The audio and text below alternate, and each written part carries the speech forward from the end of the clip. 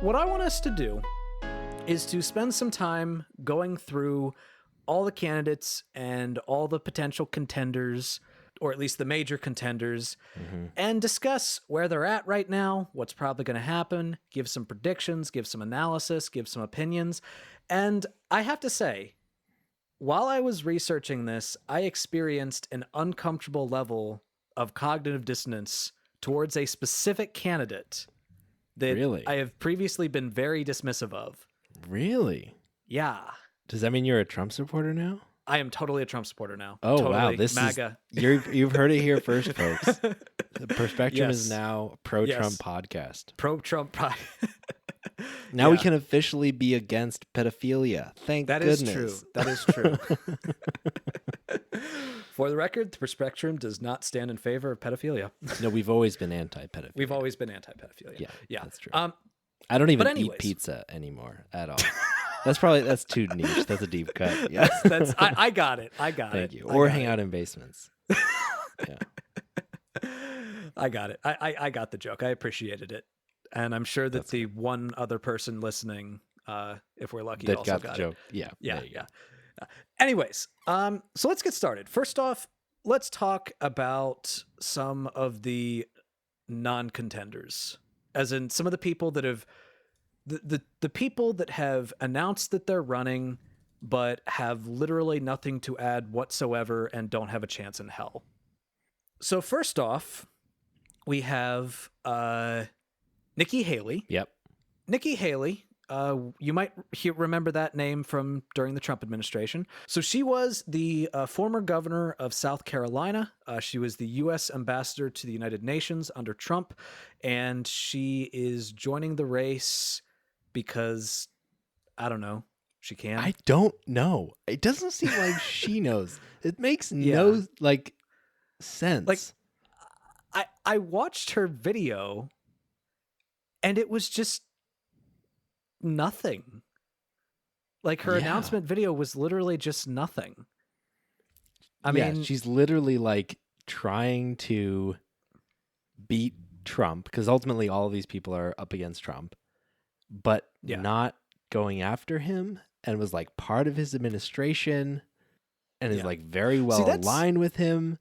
See, that's the tough thing that a lot of these candidates are in, the tough position that these candidates are in, because they have to toe a really fine line between attacking Trump because he is their opponent and not attacking Trump because as soon as they attack Trump, he'll go nuclear on their ass and destroy their entire chance of ever getting anywhere in politics. Yeah, I actually don't think there's a line. I think people have been describing it as a line. I don't know that it's a line you can actually walk. I think it might be one that you can overstep and survive, maybe. But I don't think you can actually like half go after Trump or like try to beat Trump and not go after him. And the question of survival is then like, do his hits land? Like, are you able to deflect them? Which we can talk about it, but no one so far really has that he's taken aim at. But the other thing is like, do you survive criticizing the golden boy of 30% of the Republicans? How do you like win the primary with that? Yep. And as it stands, according to the 538 average, Nikki Haley has a whopping 4% in the polls. Wow. That's polling error. Yeah, I want to know, who are those 4%? Yeah, like, who are the people? It's just some people in South Carolina that elected her. Yeah, probably. It's the anti-Social Security, anti-Medicaid coalition. That's actually the next person who is officially announced, which I've never heard of this person until I started looking at this. His name is Vivek Ramaswamy. I think that's how you say his name. He is running on the Republican side. He is a former biotech executive, and he is a multimillionaire. Great. And he is an anti-woke capitalist. Wow. That is a popular combination. That is an elite anti-woke capitalist. Yeah. Who nobody has ever fucking heard of. Yeah, who has like no name recognition. Bro, your own mother doesn't even know who you are. Yeah, like, why are you running for president? I Yeah. think I think partly this is like people that are like coming out in the wash. Like it's Yeah. like entering early because you're like, oh, I'm gonna run for president, and then you can be a former presidential candidate when you like network and stuff. Like he's bored. Yeah. Yeah. Next on the Republican side, you have Larry Elder, which some of you might actually recognize that name, but you might be like, wait, where do I know that name? Because that name had some recognition as because he was a gubernatorial candidate during California's 2021 recall effort. He was the main contender that was trying to recall Gavin Newsom. I'm gonna make the call And right he now. No one recognized that name. I literally searched that name like in an article I'm looking at with 2024 presidential candidates, and he's not in there. Which So is it literally only me that remembered him? I'm gonna say only you remember him. Okay, so Larry Elder is the official candidate of Autistics That Remember Everything. Except I assume he hates autistic people. Like, there's no I way. don't know. Yeah. It's just people with He's good also memories. he is also fucking nuts. Yeah. And like he managed to get a lot of people that don't like Gavin Newsom to speak out in defense of Gavin Newsom. Great. Next you have Asa Hutchinson. He is the former governor of Arkansas, and he just hates Trump. Yeah. Which, you know what? Actually, that's a Respectable. position. Yeah. Yeah, Being an anti-Trump, politician is good, I guess, maybe for the other 2/3 of people if you think you can Yeah. win. The problem is, like, you have to make a compelling case that you could win, that you could like Yeah. win the primary. You have to really be the only alternative, because if Trump splits, Yeah. if like the Republicans split the field, winner take all means that Trump still wins. So like you really, it's tough to follow that path of being like an Yeah. anti-Trump Republican at this point. yeah, yeah. So those are the no names on the Republican side. Mhm. Let's talk about the no names on the Democratic side, or specifically one no name, Mhm. because so far only 3 Democrats have officially announced that they're running. Yeah. And to be clear, Um, those are the people that have officially announced. There's a Yeah. lot of like hopefuls and like people that are writing books that make them seem presidential. Yeah. But those are the only people that have announced on the Republican Yeah. side. And there's only one candidate that we're going to talk about that has not officially announced, and you probably already know who it is. But like we'll get to that. We'll get to the meatball later. So on the Democratic side, we have Robert F. Kennedy Jr. And I seriously do not understand why the fuck this guy is running. He's like, you know what? Vaccines had such a good year. They need to come down a peg. Yeah. Like this dude is a notorious anti-vaccine activist. Yeah. And I mean, literally the only thing that really separates his corporatism from Biden's corporatism is the fact that he also thinks, like, he believes in the weird anti-vax conspiracy theories. So it's like he's corporate and fucking nuts. Yeah, pro-corporate anti-vax liberal. That doesn't seem like a winning combo to me. He does have a lot of name recognition given his last name. So if you forget that he's the worst Kennedy, then Yeah. And he had some competition, because remember, we also have oh shit, what's his first name? The Senator Kennedy. No, that's also John Kennedy. No, John Kennedy. There's John, there's Robert, there's Ted. No. I'm pretty sure that there's another John Kennedy who is a senator right now, who's a Republican. I think it's John Kennedy. Jeez, what a family. Yeah, I don't know if he's related to the rest of the Kennedys, but I know that there is a Kennedy, and I'm pretty sure it's a John Kennedy. There Anyways, isn't an F Kennedy. The F is really what does all the work. You're right. Right. I mean, is it Fitzgerald for all of them? Oh my gosh, Like- I hope so. That would be so fun. Or What a do fun they little just- quirky thing. Like or some do they- families name all their kids with the same initials, but like this is like the same middle name for everybody. Yeah. It's like Stanley Yelnats all over again. Complete No Name has 10% in the polls, which I think he's lucky to have. I don't know why he's running on the Democrat side when his main issue is anti-vax conspiracy bullshit. Yeah. Like, read the room, dude. Yeah. They just got all the vaccines.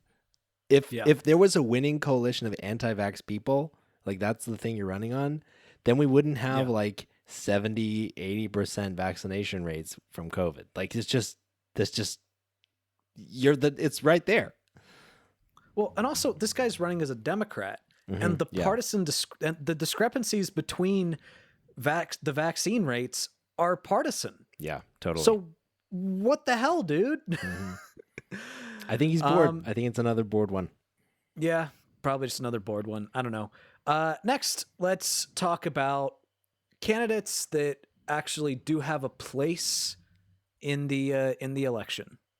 First off, let's talk about Meatball Ron DeSanctimonious. Okay, yeah. What's your favorite? We got Meatball Ron. Meatball Ron. Hands Ron down. DeSanctimonious. I like Ronnie Puddin'Fingers.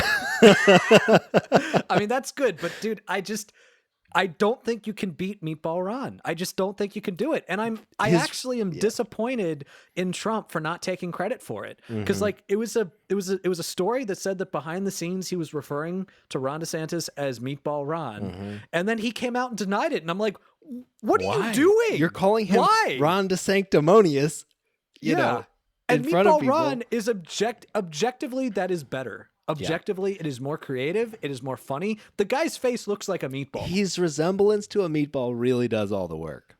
And it's just and meatball is just such a fun word to say. Yeah. You know, but did you see the more the you ad? think about it, just Meatball Ron. Did you see the pudding ad? Oh yeah, the pudding ad. It was so good. It was so good. It was hit all such the points. a good ad. Yeah. Don't let Ron DeSantis and his pudding fingers get pudding on. It's like, what the Yeah. Well, the thing that really made got that my such a attention. good ad was that, like, he was criticizing DeSantis for things that are actually worth criticizing him for. Yeah. Like, they were criticizing him for wanting to cut Social Security, wanting to cut Medicare. And you know what? As much as I hate Donald Trump, I'm glad that he is telling the Republican Party, hands off the Social Security and hands off the Medicare. Totally. Like, I am glad that he is actually taking that position. Yeah. That is a good position to have. And it's all anchored And, in yeah. a very funny, silly, that makes Ron look silly, like mental image that you can just wrap it all up with. It's like, keep your put fingers off my benefits. It's like, Yeah. It was. Yeah. It's actually look, really well done. I hate Trump, but it was a very good ad. It was hilarious. It was on point. It was substantive. You know, well played, sir. So let's talk a little bit about DeSanctimonious. So it had been looking for a little bit that he was going to be an actual serious contender to Donald Trump. Yeah. There was a little bit of a rise in the polls where it was looking like he was starting to catch up. There was definitely a little bit more of an appetite for somebody who wasn't Trump, especially after the fact that what should have been a layup in the midterms ended up being a ended up historic having disaster. Yeah, a historic disaster where the Republicans did win the House, but like barely by the skin of their teeth. Yeah. And they lost a seat in the Senate. There was definitely a little bit of a hunger for somebody who was not Trump. And the nice thing about DeSantis from the Republican point of view is the fact that first off, he doesn't have as much baggage as Trump. Number two, he doesn't have as much of the legal issues as Trump. Yeah. You mean all the criminality and the civil suits and yeah, that's fair. Yeah. I wish that were a liability. Yeah. Number three, like, he actually has more than one brain cell. Yeah. And that's actually why I've said on this podcast that I think that DeSantis is actually way worse than Trump, because he's all of the horrible policy ideas of Trump wrapped in a guy that actually knows how to pass them. Yeah. Like, who actually is going to try to pass them, is going to be strategic in passing them. Yeah. More strategic than Trump, very likely to do more damage than Trump. Yeah, and like his whole brand, everything he's established is on these like culture wars, social issues, where like you could see a president having the ability to do real fucking harm. Like you could think about like the president directing like the Department of Education to issue like guidance about trans students, and like the kinds of stuff that he's been doing in Florida just escalated way further. And so like he would actually probably just be, just his passion projects are the things that he could actually influence as president, and they are incredibly harmful and incredibly evil. And to your point, Nathan, like even legislation, like he seems to be pretty good at pushing the strategies that get these things kind of passed. Yeah. DeSantis is a particularly heinous human being. Yeah. Like there are plenty of people in politics that I think say shitty things, and I think that probably are not the best people. There are plenty of people in politics that I think say the wrong things that I disagree with, but like I can have a healthy respect for. Even if I tease them, even if I make fun of what they say, like there are some people that I can have a healthy respect for. DeSantis is a disgusting, despicable, sociopathic human being. Yeah. 100%. And I do not say any of that lightly. Yeah. All right. I do not say any of that lightly. One big thing that thankfully has actually been starting to get a little bit of attention, that I appreciate the fact that this has been getting some attention, is the fact that there was a podcast interview that recently came out where a former detainee from Guantanamo Bay was talking about how when he was a detainee, that Ron DeSantis was actually a lawyer, a junior officer that was giving legal advice to the people at Guantanamo Bay, that involved basically the oversee of torture. Like basically what he would do would be he would go in there, he would basically play good cop for these detainees. He would say, hey, I'm here to make sure that your rights aren't being violated. Tell me what they're doing to you. And so they tell him what had been done to them, tell him the worst things that had been done to them, the things that had been infecting them the most. And then he would go to the people who were doing the torture and basically say, step up this because that's what's hurting them the most. Fucking Christ. In the past, he's even defended the force feeding that went on at Guantanamo Bay, which, by the way, the United Nations has classified force feeding as a form of torture. They were feeding him this protein paste shake type thing that they normally give old people. They were forcing it down tubes. These people were vomiting. They were shitting themselves as this was happening. In 2018, when asked about his role in Guantanamo Bay, he said, quote, "So everything at that time was legal in nature one way or another. So the commander wants to know, well, how do I combat this? So one of the jobs of the legal advisor is to be like, hey, you actually can force feed. Here's what you can do. Here's the kind of rules of that." So he was advising them, and this is something that he has admitted publicly. Yeah. He advised them specifically on how to do the torture and get away with it. Mm-hmm. He advised them specifically. That might be the worst kind of lawyer. Yeah. And we have that on top of this testimonial where not only was DeSantis overseeing it, which we know that he was overseeing it, like he has admitted publicly to overseeing torture. According to this detainee, he was using manipulation tactics to get them to admit what was affecting them the most. And at one point, while one of them was being force-fed, while he was shitting himself, while he was vomiting all over the place, he looked over and DeSantis was watching and he was fucking laughing. That is a sociopath. Psychopath. Yeah, this is crazy. Yeah. Like, and he only has 23% in the polls. Yeah, and recently he was asked about this. He was asked about the article that came out, the podcast interview.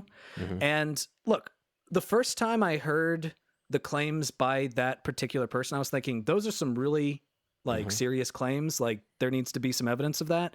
I hadn't seen the fact that DeSantis had in the past admitted to giving legal advice regard to torture. But of course, the other claims are still not necessarily confirmed. So he was asked about it, and this was his response, quote, "Do you seriously believe that's credible?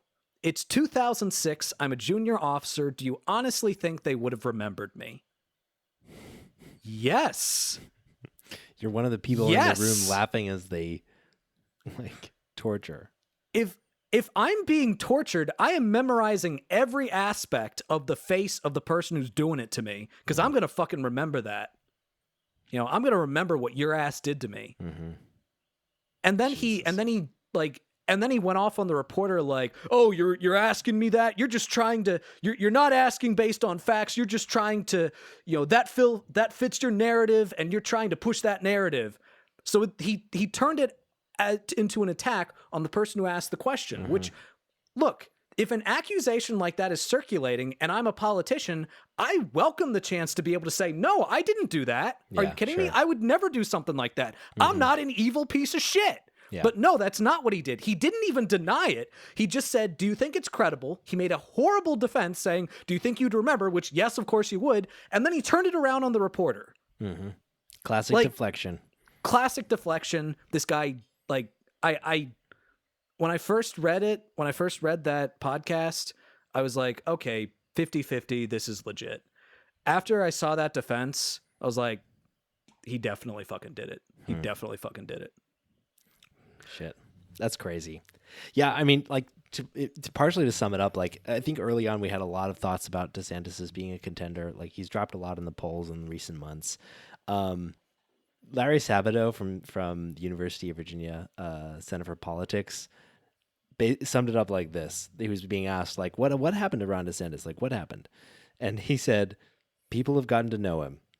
Because like he's so unlikable apparently to like donors, to his fellow like politicians, like the number of people of like elected officials in Florida that have come out in support of Trump despite DeSantis being their governor is like staggering. And just overall, he's kind of gone from this concept where, and this is a point that Larry Sabato made, a concept where like he was like a phenomenon in Florida, and he turned it from a swing state into a solidly, or a semi-swing state into like a solidly red state, and like won in a landslide, and like just was dealing blow after blow to like all the woke culture issues as a concept. And now people have heard his voice, they've seen him respond to questions, they've like heard what he has to say and how he behaves, and like he's kind of a weirdo. And like that's a pretty big liability as a politician when your personality and your likability is so much of your brand. Yeah. Yeah.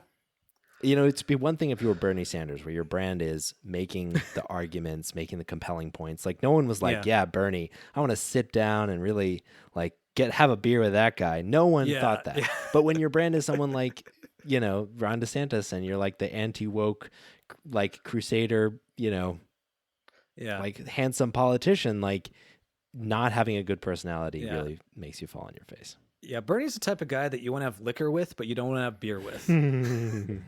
Like, I think he'd be fun to hang around if he was like wasted, but I feel like it'd be like after a protest and you order like a beer with a whiskey, and you like drop the whiskey and drink the beer.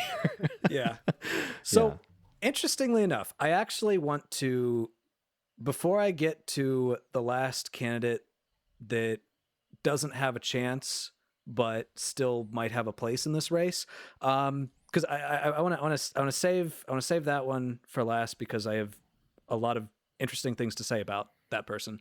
Let's go and talk about the ones that actually are going to win the nominations. And yes, that is my prediction. Donald Trump and Joe Biden. Yeah, and honestly, there's not a lot to say about them that you don't already know. Yeah. So I'm probably going to keep this fairly brief.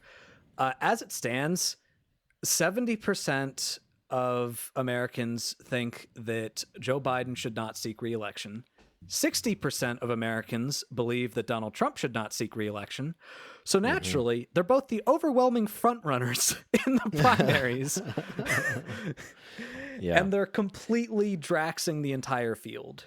Yep. It is a kind of a sorry state of affairs, just in terms of their like popularity, their like, ability to convince the other side in any way that they're like a viable, good candidate. Yeah. But it's kind of like just like the state of our politics. You know what I mean? Like I feel like that's such a vague thing to say, but I feel like it's like we don't have great options. I was talking to Bree and I was like watching Biden's announcement video, and her response was, "Oh man, he's running for president again." Yeah. And I was like, "Well, what's wrong with that?" She was like, "I don't want him to run for president." I was like, "Why?" She was like, "I just don't like him that much." And I was like, "Okay, well, who would you want to run for president?" And she was like, I don't know. "I don't know, Yeah. no And idea." I think that's kind of I think Bree does represent very much the normie perspective Hmm. Yeah, because not I feel like entrenched in our yeah, like I politics think pickle that brain. Yeah. yeah, it's like Biden like like he's the devil I know, so like Hmm. if it's him and Trump, like obviously I'm going for him, but like why does it have to be him? Yeah, exactly. He's just this old dude who's barely conscious half the time. Hmm. Although I did see his correspondence dinner speech, and Hmm. it did. I'm ashamed to say that there are some parts of it that did make me genuinely laugh. He is stepping it up. Like, I mean, the big argument against him, generally speaking, is that he's too old. And so Yeah, to combat that, he's talking to people and making yeah, jokes and trying to be relatable and all that kind of stuff to show like that yeah, he's firm. yeah, There's a reason why he's the one that spoke through his whole announcement video. yeah, Not just that he's running for president, but also like I want you to hear my voice. I want you to hear from me. I'm not Basement Joe. I want you to be right in front of your face, like yeah, as a capable person. yeah. And he definitely is not. He doesn't have the same appeal that he used to have. Hmm. He doesn't have the same sharpness. Hmm. He doesn't have the same wit. He's not the same guy that ran in circles around Paul Ryan while Paul Ryan like helplessly picked his nose and wiped it on his ass. But again, a lot of that's not necessarily his fault. Like Yeah. he is old, and that has slowed him down. And I'm not saying that makes it like that makes him bad or whatever. I'm not trying to say Yeah. that Yeah. old people can't be sharp. I mean, Bernie's still pretty sharp. Hmm. Plenty of old people can be sharp, but he's Biden's definitely a guy who's been in politics for way too damn long, and Yeah. he really does just need to retire. But he's not going to. He's going to run, and And his main if I'm being opponent is going honest, to be Donald Trump. like I don't want him to retire right now. I don't know who would replace him. I don't know who would step Yeah, in and like be a good contender to Trump. I don't want yeah, him to. Yeah, like because I don't want it's fucking 2020 all over again. Because I don't want yeah, Trump to be president, and there's no real viable candidate to Biden. I want Biden to run. yeah. And I get that. I get that. So I definitely understand the sentiment of I just don't like him. Hmm. But yeah, what's the alternative? The last candidate that I want to talk about is Marianne Williamson. Hmm. And this was this was surprising to me as I was looking more into her, because my plan when talking about these candidates, when I got to Marianne Williamson, my plan was to basically just do a complete hit job, like to just rip her apart. Wow, what a plan! Because Are you even an well, honest actor? A good political analyzer? well, I like the thing is I was so unimpressed with her in Hmm. 2020, Yeah. and there are so many things that like I've read about her in the past, that I've heard about, and things that actually while I was spending time researching for this podcast that I saw and I was like, ooh, don't like that. But then there were some things that gave me pause. So let me kind of I'm going to walk you through kind of what my process is when I was researching for Marianne Williamson. Cuz the first thing is that I at one recently I listened to this podcast episode that was talking about the background of Marianne Williamson, and it talked about how she used to run this charity in the 90s. It was called Project Angel Food. And, to her credit, this was in the 90s. The purpose of it was to deliver hot meals to people who were impacted by AIDS, which, considering the fact that there was still a lot of stigma towards people with AIDS back then, Hmm. I mean, of course there is still now, but like it was still pretty bad in the night. It was even worse back in the 90s. Like that's definitely a very worthy goal, and the fact that she was on the right side of that in the 90s does That's good. That is good.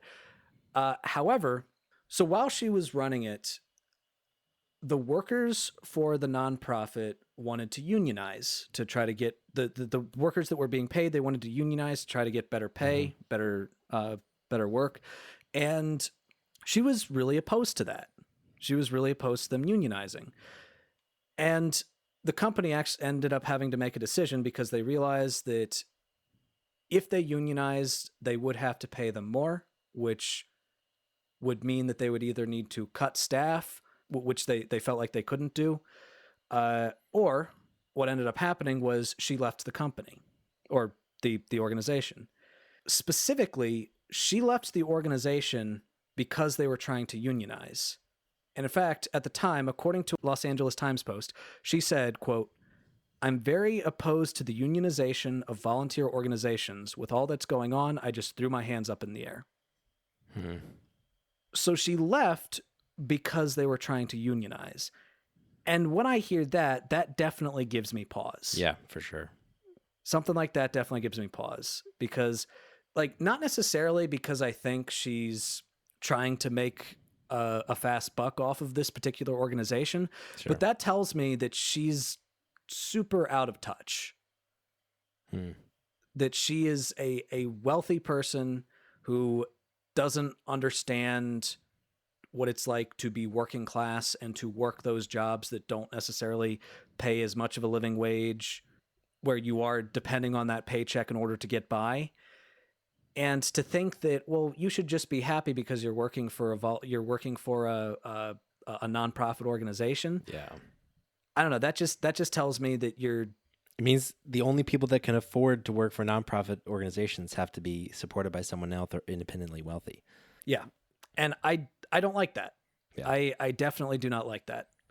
Another thing that I don't like about her is that she has in the past referred to vaccine mandates as draconian and Orwellian.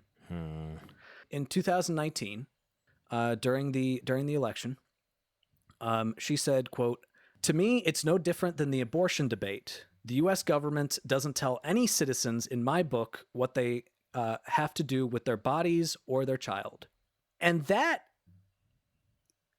misses the that doesn't point. strike me as malicious, but it strikes me as stupid. Yeah, that's dumb. Like, also aged poorly. Because- Months later, she wishes she would favor vaccine. Yeah. mandates. Oh my god. yeah, this was in 2019 in June. So I don't remember. I think she was out of the race at that point. I don't remember. But either way, like, that represents a fundamental misunderstanding of the point behind vaccine mandates, which is the fact that you can pass that shit to people. You can't pass pregnancy to people. If pregnancy Like, if were you're pregnant- contagious, we would have like universal birth control. Like everybody would Yeah, take birth control if exactly. you could bump into someone and get pregnant. Like Yeah. So don't like that. She did later apologize and clarify. She said, quote, "I understand that many vaccines are important and save lives. I recognize that there are epidemics around the world that are stopped by vaccines. I also understand some of the skepticism that abounds today about drugs that are rushed to market by Big Pharma. I am sorry that I made the comments that sounded as though I question the validity of life-saving vaccines. That is not my feeling, and I realize that I misspoke." I don't think she misspoke, though, because she didn't necessarily say that.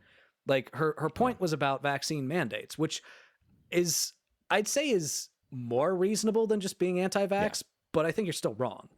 And like, I do understand being critical of Big Pharma. yeah, and But also like vaccines fucking vaccines work. are not the money-making machines that Big Pharma is rushing to market. Like they're like the things that they do that, you know, like no Big Pharma company's like, "Oh, thank God I can finally release a new vaccine." They're like, no, they release other drugs to make a ton of money. Yeah, exactly. Yeah. Like, vaccines prevent the need for like Future a lot of the drugs. treatments that actually Exactly. cost more. So they're actually a bad business decision, you know? So anyway, don't like that. I still remember in the presidential debate with Marianne Williamson when they were all asked about their views on Medicare for all. And she was like, "Yeah, well, normally I'm with Bernie, but I don't know about this one." And like, again, this was my first introduction to her ever, was her in that debate performance where at one point she was talking to like the New Zealand prime minister and was like, girl, you were so on. And then she was anti-Medicare for all. And that was like my first exposure to her. So already I'm like, who the fuck are you? Come on. Okay, so what's changing your mind on this person that so far seems like a pretty long laundry list of, cons? Well, this is when I'm starting to, that's when I started to kind of question, okay, so why is it that there are a lot of leftist commentators that I respect that are singing her praises? And I was like, okay, I should take the most I should common wedge is the people that you respect thinking about an issue differently. Yeah. It's like, I have all of these feelings about her. What is different that is making me like, what is different that is giving them pause? Like, I should try to give her a more honest look. And the more I looked, the more I was actually kind of taken aback. So all of my criticisms that I've said do stand. However, if with regard to the Medicare for all point, to her credit, and I never saw this because this was never, like, she didn't really get a lot of media attention. And I kind of ignored her because to me, like, she had a chance on that first debate stage and she blew it. But apparently after that debate, she was actually interviewed on the Young Turks and she was asked about that Medicare for all moment. And she said, quote, "When I said that, I felt dirty after I said it. The needle moved for me on that tonight, having to say to myself, you're agreeing with John Delaney here." Which I think that's hilarious. I think part of what gave her pause was her realizing, oh my God, I have the same position as John Delaney. Like, what is this coming to? And turns out it made her rethink it, and she did come around on Medicare for all. And you know what? Like, okay. I'm willing to give you that. Because people can change their minds, and she was new to politics. Now, her being new to politics is also part of why you might criticize her.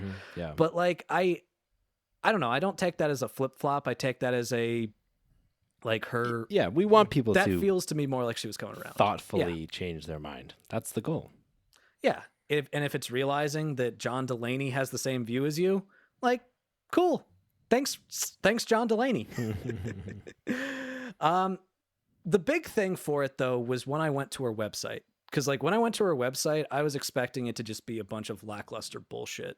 Like a bunch of platitudes and cliches. It's actually super comprehensive. Really? Super detailed? Like, super detailed, super specific, super policy-based. She has a laundry list of issues that she has in-depth pages on, ranging from healthcare, which she is now very firmly in the camp of single-payer healthcare, and even disability justice. And like, disability, this is a really big thing for me because I'm used to most candidates not even having a disability page. Yep.